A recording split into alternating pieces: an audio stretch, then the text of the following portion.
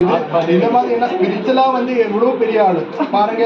இந்த ஏஜ்ல வந்து ஸ்பிரிச்சுவலா இந்த மாதிரி பாட்டுல வச்சிருக்கீங்க. லாஸ்ட் வந்து ஆல்மோஸ்ட் என்னோட 9 months வந்து எனக்கு கேப் இருந்தாங்க மேரேஜுக்கு. அப்படின்னா கல்யாணம் இந்த ஆண்டுக்கு அப்புறம் வந்து 8 அப்ப இந்த 9 மாதத்துக்குள்ள வந்து நிறைய டைம் ஃபோன் பண்ணாங்க. இந்த ஒரு வருஷமா அவர் இந்த பாட்டு கூட சேஞ்ச் பண்ணல. இதே ஆத்மீயம் தான். பயங்கர ஸ்பிரிச்சுவல் பர்சனாலிட்டி அப்படிதான் நினைச்சேன். அப்போ கல்யாணத்துக்கு அப்புறம் ஆல்மோஸ்ட் ஒரு 3 monthsக்கு அப்புறம் இதே மாதிரி நானே வைஃப் எல்லாரும் வந்து இருக்கும்போது இதே மாதிரி ஒரு ஃபோன் பண்ணதுக்கு அப்புறம் நான் வைஃப் கிட்ட கேட்டேன், இது ஏது படத்துல சாங், சினிமா இந்த சாங் இது வரைக்கும் இந்த பாட்டு கேட்டதே இல்லை. 1 year வந்து எப்போ பார்த்தாலும் இந்த ஆத்மீயம் தான். அப்பதான் என் வைஃப் கிட்ட சொன்னேன், ஐயோ உங்களுக்கு தெரியாது, ஆத்மீயம் கிடையாது, அது ஆர்சிஎம். ஆர்சிஎம் வந்து டைரக்ஷன் நெட்வொர்க் மார்க்கெட்டிங் தெரியாதா? அப்பதான் கடவுளா போச்சு. ஏன்னா நான் வந்து ஒரு நல்ல புறா மாதிரி நல்ல ஒரு ஆளு, எவ்வளவு நல்ல ஆளு பாருங்க, ஆத்மீயம் ஸ்பிரிச்சுவல் எல்லாம் பண்ணிருக்காங்க. ஆனா இவர் என்ன பண்றீங்க, ஆளுங்களை சேர்க்கிற நெட்வொர்க் மார்க்கெட்டிங் பண்ற ஆளு. ஐயோ போச்சு, எல்லாமே போச்சு. ஆனா அப்போ ஒண்ணுமே பண்ண முடியாது. என்ன கல்யாணம் ஆயிடுச்சு, 3 மாதம் ஆயிடுச்சு. அதுவும் 9 months வந்து நம்ம வந்து அந்த என்ன சொல்லலாம், பிரேமிக்கிறது என்ன சார் வரையா காதலிச்சிருக்காங்க. அப்ப அதனால வந்து ஒண்ணுமே பண்ண முடியல. ஸோ கல்யாணம் முடிச்சதுக்கு அப்புறம் கூட இது அந்த டைம்ல கூட என்னோட மாமனார் எங்கிட்ட ஒரு வாட்டி கூட நீங்க ஆர்சிஎம்ல ஜாயின் பண்ணுங்க, இல்லைன்னா ஆர்சிஎம்மோட பொருள் யூஸ் பண்ணுங்க, இந்த மாதிரி ஒண்ணுமே சொல்லலை.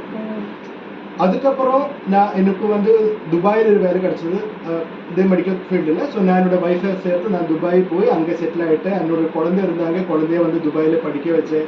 இந்த மாதிரி ஃபுல்லாக வந்து செட்டில் ஆகி ஒரு ஆல்மோஸ்ட் 3 years 2.5 years வந்து துபாயில் இருந்ததுக்கு அப்புறம் தான் என்னோட மாமனார் ஃபோன் பண்ணி என்னோட வைஃப் கிட்ட, அப்படின்னு அவளோட பொண்ணுகிட்ட சொல்கிறாங்க, என்னோட வைஃப் வந்து ஒரு doctor, she was practising there in Dubai. அந்த துபாயில் ப்ராக்டிஸ் பண்ணிட்டு இருக்கிறாங்க. நீங்கள் யோசிச்சு பார்க்கணும், எனக்கு வந்து ஒரு அட்வான்ஸ் குரூப் ஆஃப் மெடிக்கல்ஸ், நீங்கள் வந்து கூகுளில் பார்த்தவங்க தெரியும், பிக் கம்பெனி. அந்த கம்பெனியோட டோட்டல் எமிரேட்டோட மேனேஜராக நான் பேர் செய்கிறாங்க, 7 எமிரேட்டோட மேனேஜர். என்னோட வைஃப் வந்து அவருடைய டென்டல் டாக்டர், சொந்தமாக கிளினிக் இல்லை, ஒரு கிளினிக்கில் வந்து வேலை செய்கிறாங்க. பட் 2 பேருக்கும் சேர்த்து அந்த காலகட்டத்தில் அப்படின்னா 2016, 15, 16 அந்த காலகட்டத்தில் வந்து ஒரு 5 லட்சம் ரூபாவோட சேலரி இருக்குது நமக்கு 2 பேருக்கு சேர்த்து. அந்த டைம்ல என்னோட மாமனாருக்கு ஃபோன் பண்ணி சொல்றாங்க, அங்கே இருக்கிற வேலையெல்லாம் விட்டுட்டு ரஞ்சித்துக்கிட்ட இங்க வர சொல்லுங்க, நீங்க 2 பேரும் இங்க வாங்க, இங்க இருக்கிற மல்லி மிளகு எண்ணெய் எல்லாம் இருக்கு, இது நம்ம சேல் பண்ணலாம் ஆர்சிஎம். அது என்ன எப்படி ஆளுங்களை சேர்த்து நெட்வொர்க் மார்க்கெட்டிங்லேயே சேல் பண்ண சொல்றாங்க. நான் ஒரு ஐடியா சொல்ல, நான் வந்து வைஃபு கிட்ட, ஏன்னா டைரக்ட்லி என்கிட்ட சொல்லல, வைஃபு கிட்ட தான் சொன்னேன். அப்ப நானும் வைஃப் கிட்ட சொன்னேன், உன்னோட அப்பா லூசுன்னு எனக்கு அப்போ தெரியும். ஏன்னா அதனாலதான் சென்ட்ரல் கவர்மெண்ட்ல வேலை இருக்கிறாங்க, இந்த மாதிரி வேலை பண்றாங்க. அது வந்து இப்போ உனக்கும் கிடைச்சிருக்கா, இவ்வளவு நல்ல வசதியா கேட்கிறாங்க, நம்ம பொண்ணு வந்து இங்க படிக்கிறாங்க, ஏன் வந்து இங்க இருந்து இடம் விட்டு போகணும், நமக்கு இங்க என்ன பிரச்சனை இருக்கு, அது இது பண்றதுக்காக, வேற எதுக்காக ஓகே, ஆர்சிஎம் பண்றதுக்காக யாராவது போவீங்களா? டெஃபினெட்லி இந்த அந்த விஷயமே விட்டுடுங்க. ஏன்னா கூப்பிடுற அவருக்கும் தெரியும் நான் வரமாட்டேன்னு, வைஃபுக்கும் தெரியும் வரமாட்டேன்னு. ஆனா ஃபாலோ, அவர் வந்து ஆர்சிஎம்மோட சரியான லீடர், அவர் விடல, அவர் வந்து ஃபாலோ பண்ணிட்டே இருந்தாங்க ஒவ்வொரு வாட்டி. ஏன்னா அந்த டைம்ல வந்து எனக்கு ஒவ்வொரு 6 months எனக்கும் வைஃபுக்கும் வந்து ஊருக்கு வந்து நம்ம நாட்டில் வந்து போக முடியும். ஒவ்வொரு வாட்டியும் வரும்போதும் அவர் என்ன பண்ணுவோம்னா, கொஞ்சம் ஏஜான ஆள் இல்லை, இப்போ வந்து டிரைவிங் பண்றதுக்காக நீ கொஞ்சம் கூட வாங்க, ஒரு பேர் போயிட்டு வரலான்னு சொல்லிட்டு என்ன கூப்பிடுவாங்க. அவர் கூட சரி ஏஜான ஆள், என்னோட அப்பா மாதிரி நானும் கூட போவேன். ஏதாவது ஒரு பெரிய பில்டிங் முன்னாடி நிறுத்திட்டு சொல்லி 5 நிமிஷம் போயிட்டு இந்த ஒரு மீட்டிங் இருக்கு, போயிட்டு பார்த்துட்டு வர சொல்லி என்ன பிடிச்சி எஸ். அப்போ மீட்டிங்ல போகும்போது எனக்கு ஐயோ இது ஏதோ இந்த மாதிரி ஆளுகளை ஏமாத்திர ஏதோ மீட்டிங்ல தான் அவர் கொண்டு போற, அப்படிதான் என்னோட மைண்ட் செட்ல இருக்கும். சரி ஓகே போய் அவர் என்ன பண்ண முடியும், நான் அதே மாதிரி ஃப்ரண்ட் சீட்ல போய் உட்காருவீங்க. உட்காரும்போது அவர் மீட்டிங்ல என்ன சொல்லுன்னா, அன்னைக்கு வந்து அவர் நம்ம எம்ராய்ட் ஸ்டார்மல் பின் இருந்தாங்க. அவர் சொல்ற விஷயம், எனக்கு வந்து நான் நிறைய சம்பாதிச்சிருக்காங்க, கோடிக்கணக்கான ரூபாய் எனக்கு இருக்கு. ஆனா என்னோட எல்லா சம்பாத்தியம் வந்து நான் என்னோட பெரிய பொண்ணோட ஹஸ்பண்டுக்கு கொடுத்துருவேன். நான் கல்யாணம் பண்ணது சின்ன பொண்ணு, என்னோட எல்லா சம்பாத்தியம் வந்து என் பெரிய பொண்ணோட ஹஸ்பண்டுக்கு நான் கொடுக்க போறாங்க. நம்ம ரஞ்சித் முன்னாடி இருக்கிறல்ல, இவனுக்கு வந்து நான் என்ன கொடுக்கும், நான் இந்த பின்னு கொடுக்கும், ஆர்சிஎம் இந்த பின்னு கொடுக்குன்னு எப்போது சொல்லுவீங்க. எப்படி இருக்கும் எனக்கு நான் வந்து அந்த பின்னை வந்து பார்க்குவீங்க, இது கொடுத்தா என்ன கிடைக்கும், இந்த பின்னு விட்டா எவ்வளவு கிடைக்கும், 50 ரூபாய் 100 ரூபாய் கிடைக்குமா, அப்படிதான் யோசிப்பீங்க. தெரியாது இல்ல மேடம், ஆக்சுவலி வந்து அப்போ போஸ்டிங் வந்து நான் நினைக்கிறேன், நான் நினைச்ச விஷயம் என்னன்னு கேட்டா, ஏதோ ஏமாத்திர வேலை பண்றாங்க, அப்ப ஏதோ போய் சொல்றேன், அவ்வளவுதான். அந்த மாதிரி நான் வந்து அது பெரிய லெவல்ல கவனிக்கிறேன். ஆமா, பிசினஸ்ல வந்து ஏதோ பேச போற அது சும்மா அப்படின்னா தெரிதுக்காக சொல்றேன் அப்படின்னு தான் நினைச்சேன். ஆனா இது வந்து என்னோட ஃபேமிலி மெம்பர்ஸ் கிட்ட நிறைய ஆளுங்க கிட்ட இதே மாதிரி சொன்னப்ப எனக்கு கொஞ்சம் பயம் வந்துருச்சு. லாஸ்ட் வந்து இந்த பின்னு மட்டும் தான் இருக்குங்கிற பயம்.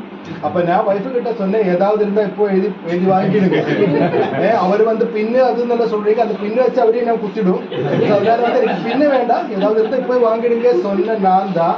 இன்னைக்கு வந்து அவர் எனக்கு இந்த பிசினஸ் கொடுக்கும்போது இங்க வந்து என்ன டோட்டல் பிசினஸ் வந்து 70 லட்சம் PV. இன்னைக்கு வந்து என்னோட பிசினஸ் வந்து 4.5 கோடி PV.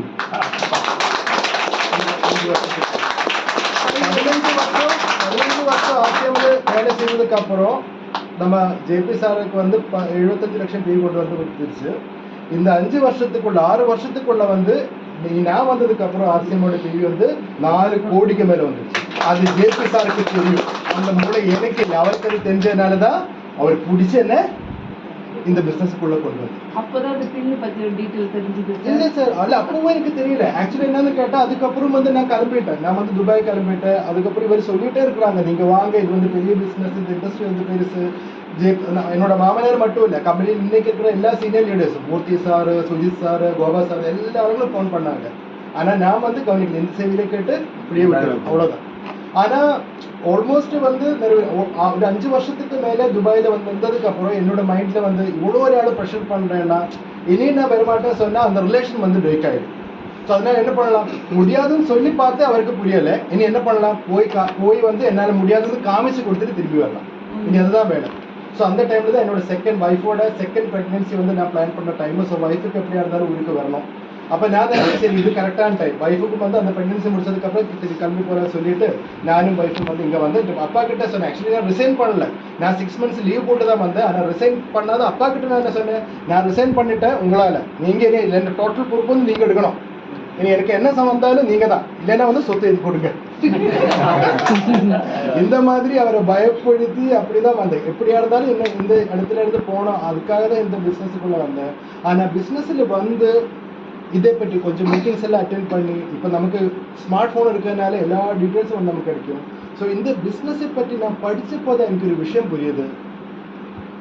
இன்னைக்கு வந்து இந்தியாவில் இருக்கிற எல்லா ஆளுங்களும் வந்து கண்டிப்பா பண்ண வேண்டிய ஒரு பிஸ்னஸ் RCM தான்.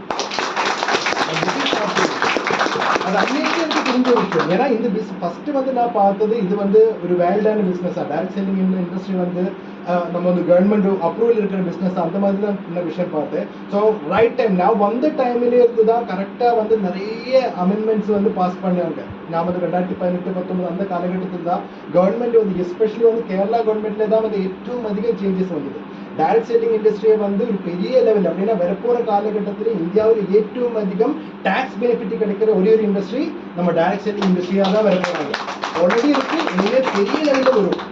இந்த விஷயம் புரிஞ்சு போச்சு. அதுக்கப்புறம் நான் பார்த்தேன், சரி ஓகே டைரக்ட் செல்லிங் இண்டஸ்ட்ரி இருக்கு, ஆனா ஏன் வந்து நான் RCM பண்ணணும், என்னோட மாமனார் இதுல இருக்கிறதுக்காக நான் அது பண்ணுமா, வேணும்னா எனக்கு வேணும்னா வேற ஏதாவது இதுக்கு நல்ல கம்பெனி இருந்தால் அந்த கம்பெனி பண்ணலாமே அப்படின்னு தான் யோசிச்சேன். ஆனா நான் எவ்வளோ ரிசர்ச் பண்ணி பார்த்தாலும் ஒரே ஒரு ஆன்சர் மட்டும்தான் கிடைக்குது. இந்தியாவில் வரப்போற காலகட்டத்தில் ஒரே ஒரு டைரக்ட் செல்லிங் கம்பெனி மட்டும்தான் இருக்கும், அது நம்ம RCM. இந்த மாதிரி பொருள் இன்னைக்கு கூட நீங்க வந்து ஜெமினில இல்லைன்னா சாட் ஜிபிடில வந்து நீங்க வந்து